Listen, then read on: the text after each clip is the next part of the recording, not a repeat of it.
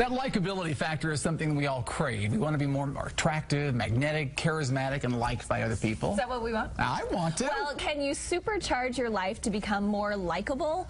The author of the book, The Power of Influence, Ty Bennett, says you can. So, Ty, it's kind of one of those hard things to pinpoint when someone has that likability factor. So what can we do? It is, but it's that universal question. You know, everybody wants to be more likable, to just connect with people, to have people reach out to you. And it was interesting, a few years ago, I remember I came home, I met this guy named Kenton, and I told my wife, I met this guy named Kenton, he's super charismatic. And she said, what does that mean? And I went, you know what it means. I mean, he's super likable, everybody loves him. And she goes, well, why is that? And I couldn't pinpoint it, just like you said, so I started to think about it, and I started to observe him. It kind of sent me on this quest to figure out what made somebody likable. And so I started to watch him, and there were general characteristics like being positive, smiling, you know, being confident. Those are all great things, but the interesting thing that I found, I thought that it was all about being the life of the party.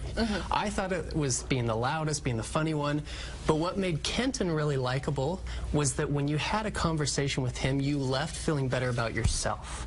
He built everybody else up around him, and that's the interesting thing, is that when you can make it about them, when you can place other people first, people love you for it. That's what makes somebody really likable. I think that's a relief, because I think some people think you have to be the life of the party, and they're not naturally that personality. So they think, oh, I'm just not as likable as some other people, but everybody can be. Okay, Ty's actually nailed down 3 things that we can all do to become more likable. What's the first thing? All right, so the first thing is to invest in people. Now, I use the word invest because it's proactive, right? It takes taking action, and I don't mean anything financial, but when you invest in people, I'll give you a good example. My wife, Sarah, is amazing at investing in people, and she just is always reaching out to somebody, making a meal, helping with kids, just calling to see how they're doing, checking in on somebody who was sick or had a surgery or had a baby or something. She's always reaching out to people.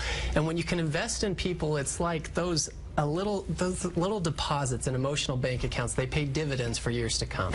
It's like being genuinely interested, too. Oh, absolutely. Yeah, it has to be genuine. Just like you said, we can't go outside of our personality, but it's just making an effort, right? Most people don't make an effort, but if you'll make that little effort to invest in somebody every day, it makes a huge difference. Okay, second item, when we think of likable people, as you mentioned, they're the life of the party, where everyone has the focus on them.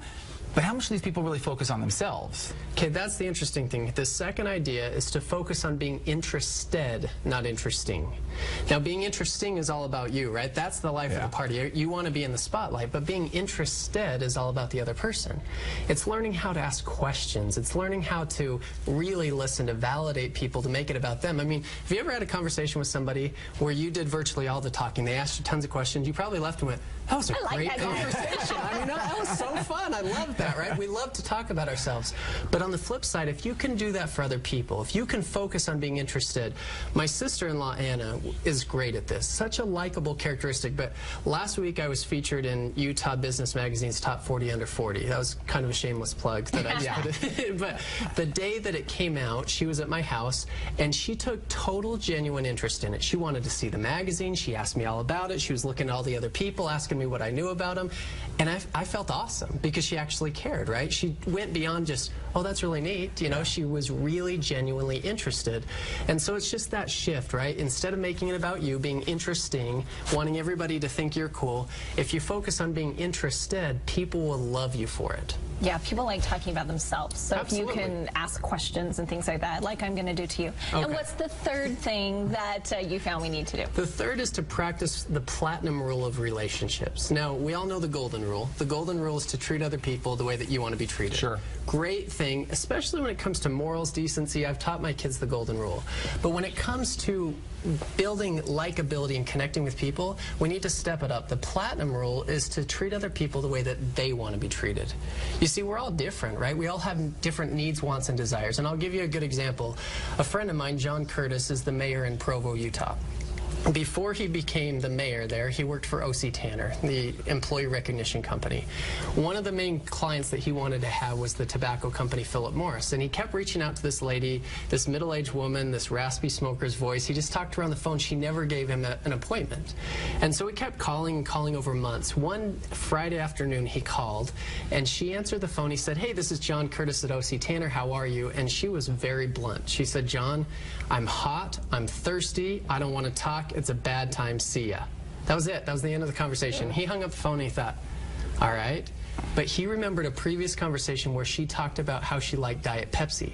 So Philip Morris was 30 minutes away and he thought, she likes Diet Pepsi. She's thirsty, right? This is perfect. So he goes to the grocery store, grabs a 6-pack of Diet Pepsi, a cooler, a bag of ice, throws it in his car, goes over to Philip Morris and shows up, and this woman thought he was the greatest person in the world because he showed up with Diet Pepsi. He treated her the way that she wanted to be treated. Long story short, because she liked him, they went on to do millions of dollars in business together. But it was because he practiced that platinum rule where he didn't make it about him. He just wanted to figure out what is it that they need, and he treated that person individually with what they needed. You can win anyone with a diet soda. It just is what it is. 3 great ways that you can become more likable, regardless of what your personality might be like. Take those things under advisement. We'll post them on our website so you can access Ty's information. Again, thanks for stopping in. Thanks so much.